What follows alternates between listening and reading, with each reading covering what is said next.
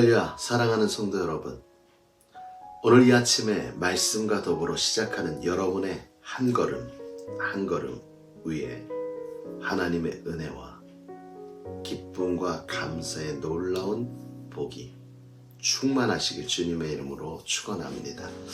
오늘 우리가 함께 나눌 말씀은 마가복음 13장 14절로 27절의 말씀입니다. 오늘 말씀을 여러분 딱 읽었을 때 어떤 느낌이 드세요? 어렵다라는 느낌이 들죠. 그러나 이 어려운 것 같은 이 말씀 속에도 우리를 향한 하나님의 사랑이 담겨져 있음을 우리는 기억하고, 성경은 누구를 위해 쓰여졌다? 성경은 바로 연약한 우리를 위해 주신 하나님의 선물임을 깨닫고, 오늘 우리에게 주신 그 선물 속에 하나님의 사랑을 느끼는 저와 여러분이 되어지길 주님의 이름으로 축원합니다. 오늘 본문의 말씀을 두 파트로 나눠보면요, 첫 번째는 바로 예루살렘의 멸망에 대해서 이야기를 하고 있습니다. 그리고 두 번째는 예수님의 재림, 다시 오실 예수님에 대한 것으로 말씀하고 있습니다. 그렇다면 오늘 첫 번째, 왜 예루살렘은 멸망하였을까요? 오늘 본문 14절의 말씀엔 이렇게 고백하고 있습니다. 멸망에 가증한 것이 서지 못할 곳에 섰다. 멸망에 가증한 것, 그것이 어디에 섰어요? 서지 말아야 될 곳에 섰다라고, 예루살렘이 앞으로 멸망되어질 거야, 이것이 다 망해 없어질 거야 라고 주님은 경고하며 예언을 하고 있는 것입니다. 그 가증한 것은 무엇이었을까요? 주전 167년에 시리아의 왕 안티오쿠스가 예루살렘을 점령할 때가 있었습니다. 그때에 예루살렘 성전에 우상의 제단을 세웠었던 거예요. 예수님이 이 말씀을 하셨을 때 그곳에 있던 많은 유대인들은 가슴이 뜨끔했을 거예요. 왜냐하면 그 사실을 기억해냈기 때문입니다. 그때의 일을 알지 못하고 기억하지 못하면 예수님의 말씀을 듣고도 마음에 와닿는 게 없었을 거예요. 그런데 그때의 일을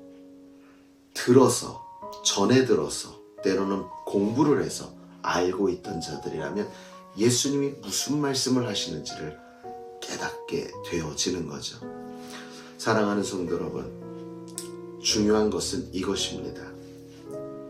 오늘 주님께서 이 땅에 오셔서 예루살렘 성전을 멸망하겠다, 다 허물겠다 하신다면 우리는 어떠합니까? 지금의 성전은 무엇입니까? 우리 안의 성전은 보여지는, 우리 주소원 교회 같은 보여지는 성전이 있는 반면에 보이지 않는 무용의 성전이 있습니다. 그게 어디일까요? 바로 우리의 심령 속에, 우리의 마음 속에 있는 것이 바로 성전이다. 고린도전서 3장 16절에서 17절의 말씀에 이런 말씀이 있어요. 너희가 하나님의 성전인 것과 하나님의 성령이 너희 안에 거하시는 것을 알지 못하느냐. 누구든지 하나님의 성전을 더럽히면 하나님이 그 사람을 멸하시리라. 하나님의 성전은 거룩하니 너희도 거룩할지니라. 할렐루야. 오늘 이 시간 우리가 두려워해야 될 하나님의 음성은 바로 이것입니다. 멸망에 가증한 것이 서지 못할 곳에 서는 것. 그러면 멸망에 가증한 것은 무엇일까요? 그 당시에 예루살렘을 점령했던 자들이 하나님의 제단을 세워야 될 곳, 하나님을 향하여 제단을 쌓아야 될 곳에 우상을 두었죠. 그게 서지 말아야 될 것이 선 것입니다.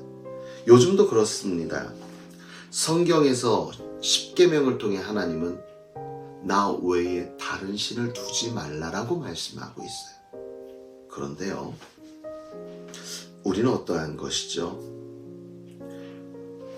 무엇이든지 자신의 권력, 힘, 부와 능력 그런 것들에 기대어서 하나님께 예배를 드리고 영광을 돌려야 될 그 순간에도 하나님을 의지하지 않고 나의 힘, 나의 권력, 나를 의지하는 그러한 우리들의 연약한 모습.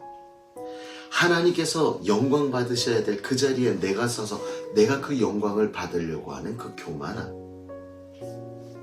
하나님께서 나의 삶을 주관하시고 인도하신다는 사실을 믿고 그분을 의지하여 따라가야 되는 것이 우리 믿는 크리스천들의 삶의 모습일 것인데, 마치 내 몸의 주인이 나인 양 내 스스로 무엇인가를 찾고 하려고 하는 가증한 욕심, 이런 것들이 멸망에 가증한 것이 되어 내 안에 세워진다면 우리의 성전도 무너지게 될 것이라는 것입니다.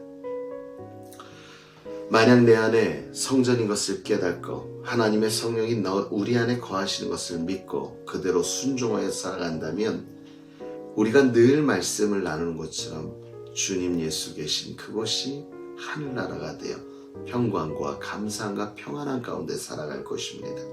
그런데 만약 멸망에 가증한 것이 나를 채워 하나님의 서야 있어야 될 그 자리에 다른 것으로 내 마음이 채워진다면, 우리는 겉으로는 풍족해 보이고 무엇인가 마음껏 누리는 것 같아 보일지라도 우리 안의 내면의 깊숙한 곳에서 찾아오는 두려움, 공허함, 이러한 것들이 결국 우리의 마음을 피폐하게 멸망하게 만들 수 있다는 것이지요. 여러분의 마음을 한번 점검해 보십시오. 여러분의 마음은 평안하십니까? 아니면 알지 못하는 불안과 염려함이 자꾸 내 안에 엄습합니까? 그렇다면 여러분 안에 있는 멸망에 가증한 것들을 빼어 버리시길 바랍니다. 이 시간 과감하게 내려놓기를 바랍니다. 우리의 주인 되신 그 하나님을 바라봐야 된다는 거죠. 20절 말씀에 멸망의 때가 될 때 하나님 예수님께서 이런 말씀을 하세요. 만일 주께서 그 날들을 감하지 아니하셨더라면 모든 육체가 구원을 얻지 못할 것이거늘 자기가 택하신 자들을 위하여 그 날들을 감하셨느니라. 누구를 위하여? 자기가 택하신 자들을 위해 나를 감하였다.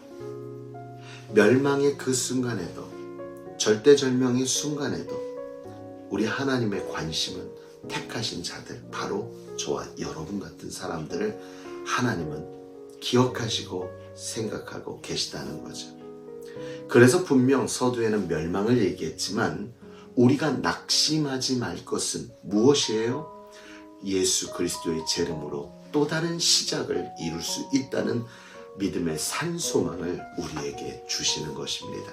사랑하는 성도 여러분, 우리의 인생은 끝이 아닙니다. 끝은 곧 시작이고 다시 새로 열리는 세계가 됩니다. 우리 주님 다시 오실 그 예수 재림의 그때를 소망하면서 오늘 이 시간 우리가 해야 될 것은 내 안의 성전을 지키는 겁니다.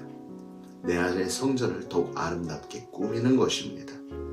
내 안에 주의 성령이 함께 하시고 내주하시는 그 은혜 가운데 우리가 의지하고 그것을 늘 기억하고 살아간다면, 멸망에 가증한 하나님보다 다른 것들만 내 안에 넣지 않는다면 우리는 날마다 살아가는 하루하루가 천국의 삶으로 감사와 기쁨으로 은혜로 살아갈 수 있는 저와 여러분이 되어지게 될 줄 믿습니다.